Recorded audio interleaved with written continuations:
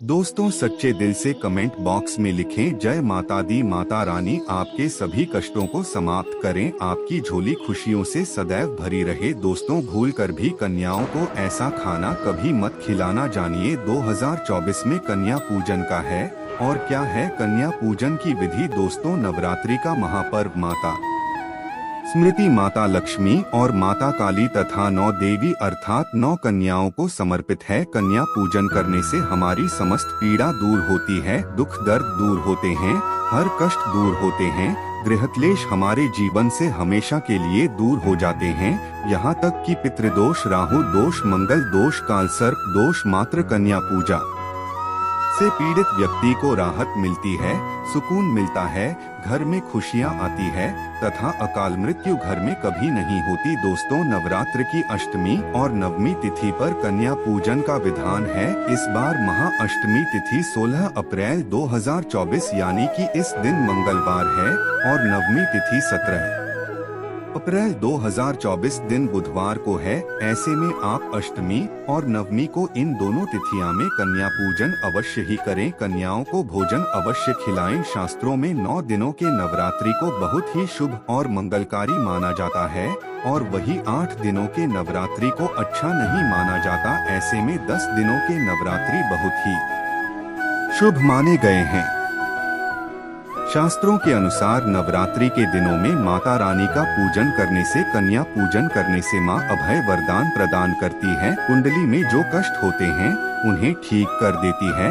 श्रीधर की तरह ही सच्चे हृदय वाले व्यक्ति के सभी कष्टों का निवारण माँ शीघ्र ही करती है। माँ की उपासना से विनम्रता का विकास होता है, सभी कष्ट, दरिद्रता, दुख का नष्ट हो जाते हैं। नवरात्रि में माता रानी का व्रत और पूजन किया जाता है, लेकिन नवरात्रि के दौरान सबसे ज्यादा महत्व होता है कन्या पूजन का। दोस्तों, कन्या रानी जो होती है फूल की पंखुड़ियों की तरह नाजुक होती है। कन्या पूजन सर्वोपरि है, श्रेष्ठ है। कन्या के रूप में स्वयं जगदम्बा देवी, माता वैष्णो, 9 देवियाँ अर्थात समस्त ब्रह्मांड इनके शरीर के कण कण में वास करते हैं। बहुत कम लोग जानते हैं 33 कोटि देवी देवताओं का वास होता है। कन्याओं के मस्तक पर कन्या चाहे छोटी हो चाहे बड़ी हो, वह सदैव पूजनीय है, माँ के समान मानी जाती है। दोस्तों, माना जाता है व्रत और उपासना से माता रानी इतना प्रसन्न नहीं होती है जितना कि कन्या पूजन से होती है। नवरात्रि में छोटी छोटी कन्याओं को माता रानी का स्वरूप माना जाता है। कन्याओं को भोग लगाया जाता है, उन्हें प्रसन्न किया जाता है और बदले में आशीर्वाद मांगा जाता है। कन्याओं को प्रसन्न करने के लिए गिफ्ट आदि उपहार वगैरह दिए जाते हैं। माना जाता है अगर कन्याओं को कोई भेंट दी जाए और वह उसे खुशी हुई स्वीकार कर ले तो इसका मतलब है माता रानी अर्थात माता वैष्णो ने वह भेंट स्वीकार कर ली। जिन पर कन्याएं प्रसन्न होती है तो समझो उन्हें माता रानी का आशीर्वाद मिल गया और माता रानी की कृपा से उन्हें मुहमांगा वरदान प्राप्त होता है। कन्या पूजन कोई मामूली पूजन नहीं होता। समस्त ब्रह्मांड में जो पूजा होती है उनसे बढ़कर कन्या पूजन को माना जाता है। 10 बार गंगा स्नान करने से और 100 बार यज्ञ करने से तथा 1000 बार यात्रा करने से जो पुण्य मिलता है वह मात्र एक बार कन्या पूजन करने से करोड़ों गुना भक्त को मिल जाता है, प्राप्त हो जाता है।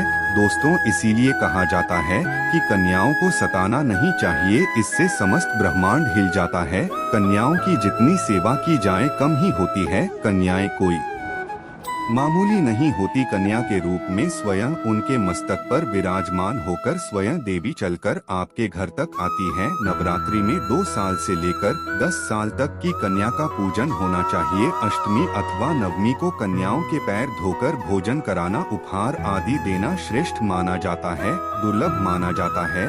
ऐसा मौका कभी हाथों से नहीं जाने देना चाहिए। इस दिन जितना ज्यादा हो सके कन्याओं को हाथ पकड़कर, पैर पकड़कर अपने घर तक लेकर आए। दोस्तों, वीडियो में आगे बढ़ने से पहले आप अपनी राशि भी कमेंट बॉक्स में जरूर दीजिएगा। यदि हमारे पास कोई उपाय होगा तो वह आकर हम आपके कमेंट का रिप्लाई में बता देंगे। कोई भी राशि के अनुसार अगर उपाय करता है तो माता वैष्णो बड़ी प्रसन्न होती है और ऐश्वर्य धन प्रदान करती है, मालामाल बना देती है।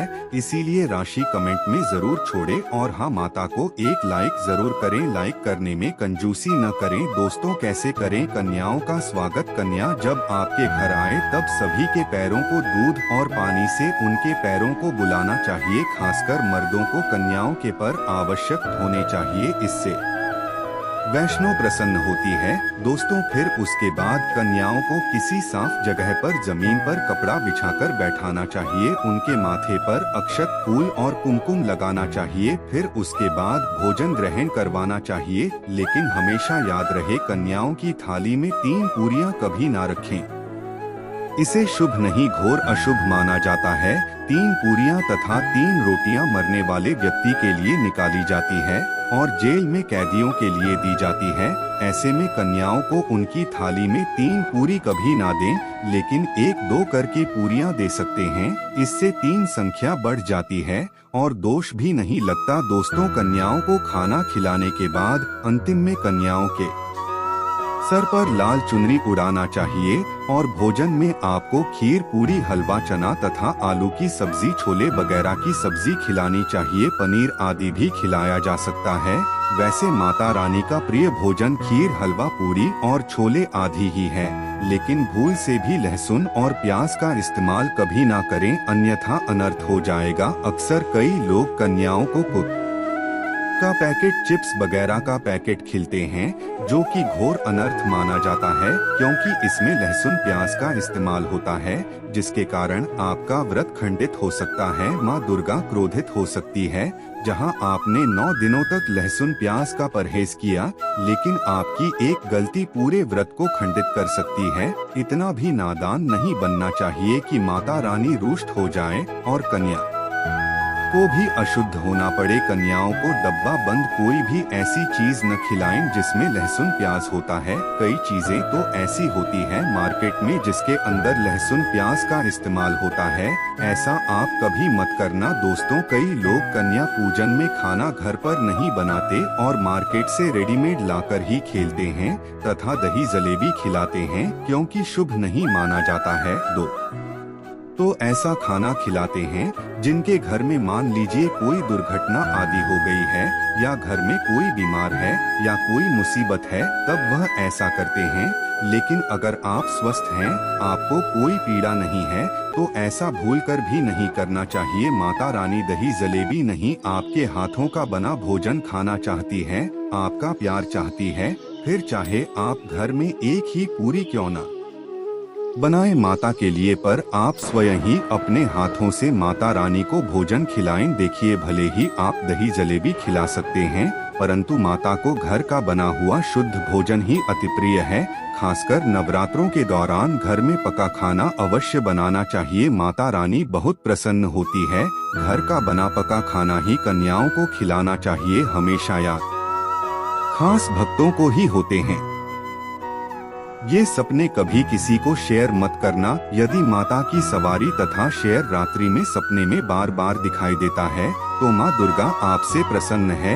यह संकेत बताते हैं कि जल्द ही आपकी कोई मनोकामना अवश्य पूर्ण होगी और आपके शत्रुओं का नाश हो जाएगा। शत्रु आपके नाम से ही थर-थर कांपने लगेगा। माँ दुर्गा का वाहन शेर है, इसीलिए नवरात्रि में शेर का दिखाई देना अत्यंत शुभ संकेत होता है। दोस्तों, नंबर 7, यदि कोई छोटी कन्या आपको सुबह सुबह लाल वस्त्र धारण किए हुए दिखाई देती है, तो आपने साक्षात माँ दुर्गा के दर्शन किए हैं। यदि नवरात्रों में सबसे पहले आपके घर में कन्याओं का आगमन हो जाए, तो समझो आपको दुनिया की कोई भी शक्ति, ब्रह्मांड की कोई भी शक्ति आपको करोड़पति होने से नहीं रोक सकती है। आपके जीवन में, आपके घर में माता लक्ष्मी का आगमन होने वाला है। आप दिन दुगनी रात चौगुनी तरक्की करेंगे। अब आप खुशियां मनाई है और मिठाइयां बांटी। ऐसे में कन्याओं को भरपूर तरीके से खुश रखें और उनका आगमन दूध से चरण धुलाकर करें, कोई भी कंजूसी न करें। दोस्तों, माता रानी आपको यह संकेत दे रही है कि अब आपका बुरा समय समाप्त हो चुका है। अब जीवन में सुख समृद्धि के द्वार खुल जाएंगे। दोस्तों, नंबर 8, घर पर उल्लू का आना। यदि माँ लक्ष्मी का वाहन उल्लू नवरात्रि में आपके घर पर आकर बैठ जाए तो यह भी शुभ संकेत है। इसका अर्थ है कि माँ लक्ष्मी का आपके घर में प्रवेश हो चुका है और आपकी आर्थिक स्थिति थी और मजबूत होगी। लेकिन याद रहे, उल्लू नवरात्रि और दीपावली पर आना ही शुभ माना जाता है। दोस्तों, नंबर 9, यदि ब्रह्मा मुहूर्त के समय यानी सुबह के 4 बजे के आसपास घंटियों की आवाज सुनाई दी जाए या शंख की आवाज सुनाई दे जाए तथा कोई भजन सुनाई दे जाए तो बड़ा ही शुभ संकेत माना गया है। इससे यह पता चलता है कि माता रानी आपके भक्त से बहुत प्रसन्न है और आपके जीवन में सभी नकारात्मकता का नाश होने वाला है तथा माता लक्ष्मी की कृपा आपको प्राप्त होने वाली है। दोस्तों, नवरात्रों के दौरान घर में काली चींटियों का दिखाना, लंबी लंबी लाइन बनाकर मुंह में खाना ले जाते हुए चींटियों को देखना अच्छा संकेत माना गया है।